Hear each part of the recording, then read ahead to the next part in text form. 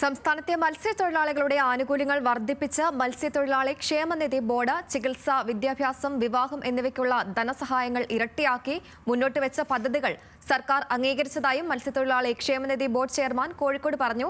അതേസമയം മത്സ്യത്തൊഴിലാളികൾ ട്രോളിംഗ് കാലത്തെ അർഹതപ്പെട്ട സൗജന്യ റേഷൻ ലഭിക്കാത്തത് പരിശോധിക്കുമെന്നും അദ്ദേഹം കൂട്ടിച്ചേർത്തു.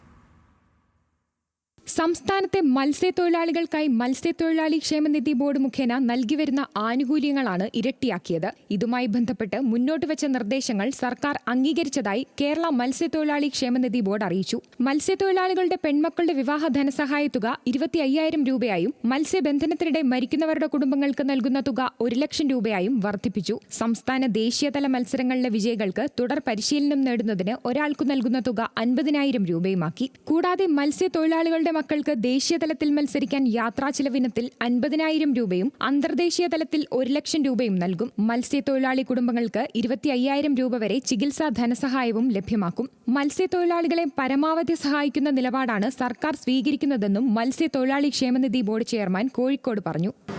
മത്സ്യത്തൊഴിലാളികളെ സഹായിക്കുന്നതിന് വേണ്ടിയുള്ള പ്രവർത്തനങ്ങളാണ് ക്ഷേമനിധി ബോർഡ് നടത്തുന്നത്. മത്സ്യത്തൊഴിലാളികൾക്ക് എതിരായിട്ടല്ല.